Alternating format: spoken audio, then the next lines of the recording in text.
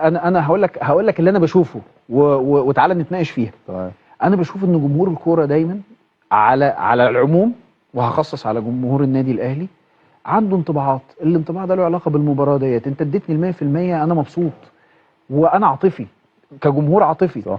حسيت ان انت المباراه دي ما كنتش فيها كويس، هنتقدك او ههاجمك او كده. انا ما رحتش. انا بقول لك جمهورك بقى، اللي هو جمهور الاهلي بجد، جمهورك. أيوة. انا ما رحتش الناس اللي بتسخر، ما رحتش الناس اللي بتتريق، ما رحتش الناس اللي انت كده حلو ووحش هو مش شايفك. مش أيوة. هو ده. انا بكلمك جمهورك انت، جمهورك بجد، جمهور النادي الاهلي بتاع ناديك.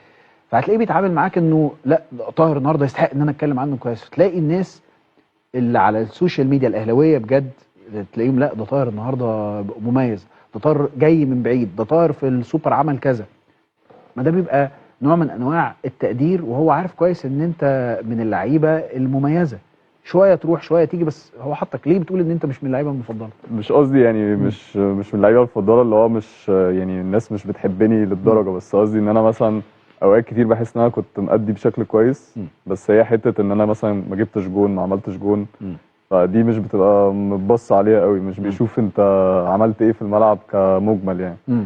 بس طبعا لو جبت جون او عملت جون دي بتبقى بتحطني في حته تانية خالص، بالذات ماتش كبير مثلا زي الاخير بتاع الزمالك لما انا عملت الجون.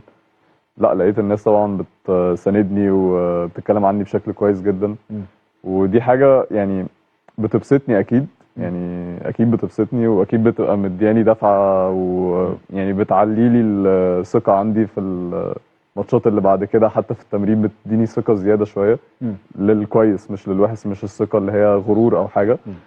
بس بحس ان انا يعني زي ما بقول لك في ماتشات كتير ببقى راضي فيها عن نفسي ومقيم نفسي بشكل كويس، والمدرب شايفني برضو ان انا اديت مثلا مباراه كويسه، وده اهم حد عندي في التقييم. المدرب صحيح. هو اهم حد، وبتديني يعني الثقه دي برضو، دي اهم حاجه عند اللعيب لما بيبقى لاقي الثقه عنده كويسه والدعم من الجمهور كويس والناس في ظهرك وكده. دي بتخلي اللعيب يعني يطلع حاجات اصلا هو ما كانش متخيل انه ممكن يطلعها.